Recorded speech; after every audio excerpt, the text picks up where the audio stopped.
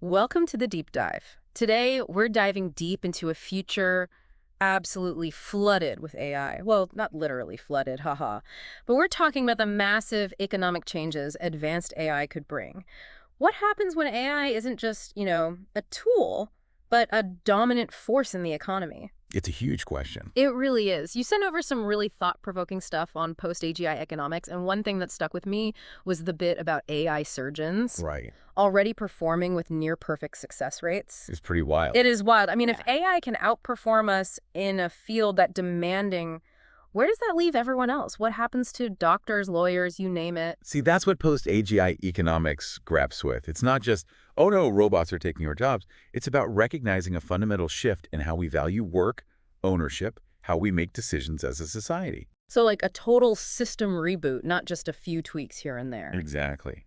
And to understand how big this could be, it helps to look back at the economic model that's been dominant for, well, decades. Neoliberalism. Free markets, privatization, individual competition is the engine of progress. But AI, it throws a wrench in that whole setup. You're saying our current system might be totally incompatible with an AI-driven future. Think about it. Neoliberalism rests on the idea that human labor, that's the primary source of value.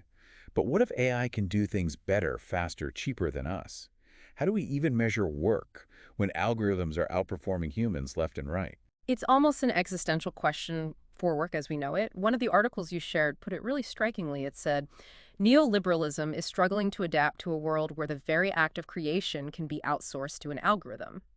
It's like kind of beautiful, but also kind of terrifying. Are we really on a path where human creativity, human labor, it just becomes obsolete? That's the million-dollar question, right? Yep. And it's not just some abstract thought experiment anymore. Look at AI image generators like Midjourney. They're spitting out incredible art, original stuff in seconds. It's hard to argue that some of it doesn't surpass, I don't know, the skill, even the speed of crazy talented human artists. It's mind-blowing, to be honest. On the one hand, it's exhilarating to see this tech explode like this.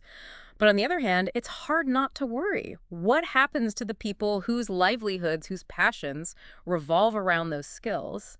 So where do we even begin to navigate this shift, this post-labor economy everyone's talking about? Like, what are some of the concrete ideas out there? Well, that's where things get really interesting. Yeah. One concept that's gotten a lot of attention is universal basic income, or UBI. UBI, yeah, that seems like it's been, bouncing around the internet for a while now. The whole, hey, what if everyone just got a paycheck, no matter what? But I'm guessing it's way more complicated than that, right? Right. It's the core idea, sure, but the real meat is in how it actually works. How do Yeah. you structure it? Who gets to decide how much people get? Is it even the right move in the first place? Lots of debate about all that. So not exactly a give everyone money, problem solved kind of thing. Not so fast. The source material we're looking at, it digs into both sides of the UBI coin. Like, yeah, it could be a safety net, especially as automation eats up more traditional jobs. Hmm. Keeps everyone afloat, ensures a basic standard of living, that kind of thing.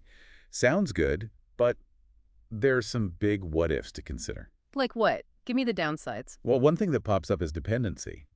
If a huge chunk of people are relying on UBI checks from the government, does that stifle ambition?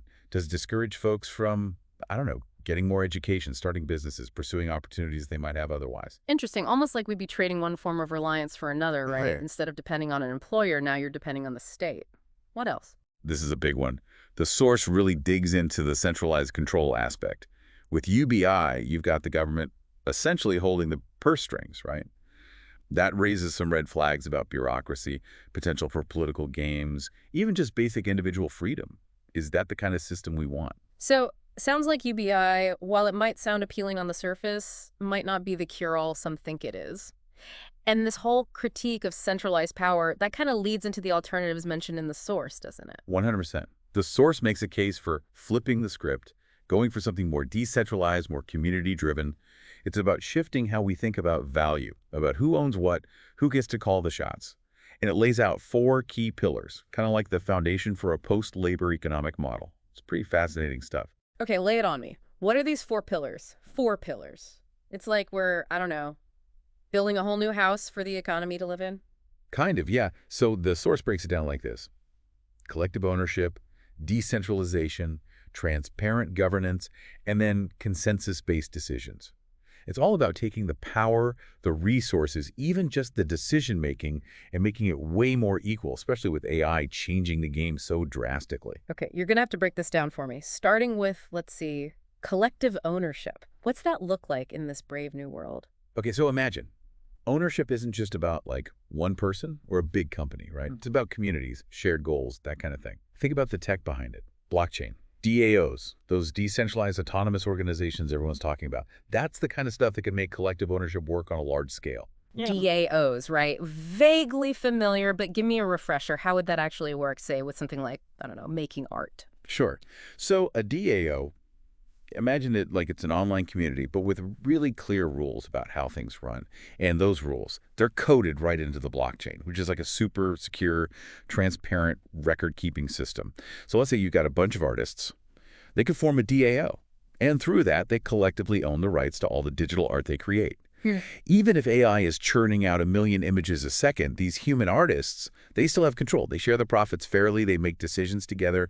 It's a way to, I don't know, reclaim some power in the face of all this tech disruption. So instead of like one artist on their own trying to compete with an army of AI art bots or some mega corporation swooping in to own everything, you've got this community of creators sharing the burden, sharing the benefits. That's kind of cool. And that actually leads right into the second pillar, decentralization. DAOs are just one example, but the big idea is breaking down those massive power structures we're used to. No more, handful of tech giants or governments calling all the shots. It's about spreading that power around, giving more people a seat at the table. Sounds great on paper, but realistically, can we actually imagine a future where decentralized systems are in charge? And how do we even make sure those systems are actually fair, that people like can't just, I don't know, game them for their own benefit? And that is where pillar number 3 comes in. Transparent governance. Think about it. With something like blockchain, every single decision, every transaction, even just the basic rules of the system, it's all recorded. Publicly. No more shady backroom deals, no more wondering who's pulling the strings. Everyone sees how it works. Creates a lot more trust, a lot more accountability. Okay, starting to get the bigger picture here. Collective ownership, decentralized power, transparent rules. But what about actually making decisions? In this super decentralized future, how do we make sure everyone's voice is actually heard? And now we're getting to the really futuristic stuff. Because the source, it actually talks about going way beyond just like regular old voting. It talks about using AI itself to help us better understand and represent what the community actually wants. Imagine that.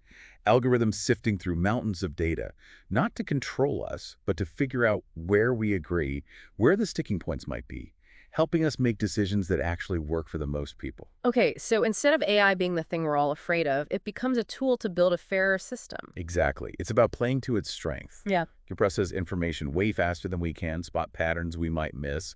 Why not use that to build something better? It's a lot to wrap your head around, but fascinating nonetheless. Oh, and there's one more crucial piece the source talks about. It calls it the meaning economy. It's not enough to just figure out the systems, right? Yeah. We have to rethink what we even value in a world where AI could, theoretically, do most of the stuff we used to call work. Meaning? Huh. So we're not just talking about scraping by in this new world. We're talking about actually living a good life. You got it. The meaning economy. It's about those things that make us human. Connection, creativity, empathy, just being kind to each other. Stuff that's harder to quantify, but just as important, maybe even more so, than just being productive all the time. It's kind of funny, right? We started by talking about AI outperforming surgeons, and now we're talking about the stuff AI might never truly replicate. It all comes back around. And Right. a meaning economy, it's not about rejecting the tech. It's about figuring out how we use it to, I don't know, enhance our humanity, not replace it. Yeah. It's recognizing that even if a robot can do your taxes, there's still something irreplaceable about a human connection. No argument there. This has been a wild ride, a real deep dive into, well, the deep end. Okay. As we wrap up here, one last question for you. If you had to pick just one of these pillars, one to really prioritize in building this new economic system, which one are you going with? Oh, that's tough. Yeah. It's like picking a favorite child. They all matter. But if I had to choose just one, I think I'd go with transparent governance. It's the Yeah. foundation. If you don't have transparency, if you don't trust the system is working fairly, then everything else kind of falls apart. Transparency as the bedrock. I like it. Definitely something to keep in mind as we, boldly go into this uncharted economic future. Thanks for joining me on this deep dive into AI and the future of, well, everything. We've covered a ton today, but really this is just the beginning of the conversation. So to everyone listening, keep digging deeper, keep asking the tough questions, and most importantly, keep imagining the future you want to be a part of. Until next time, this is The Deep Dive, signing off.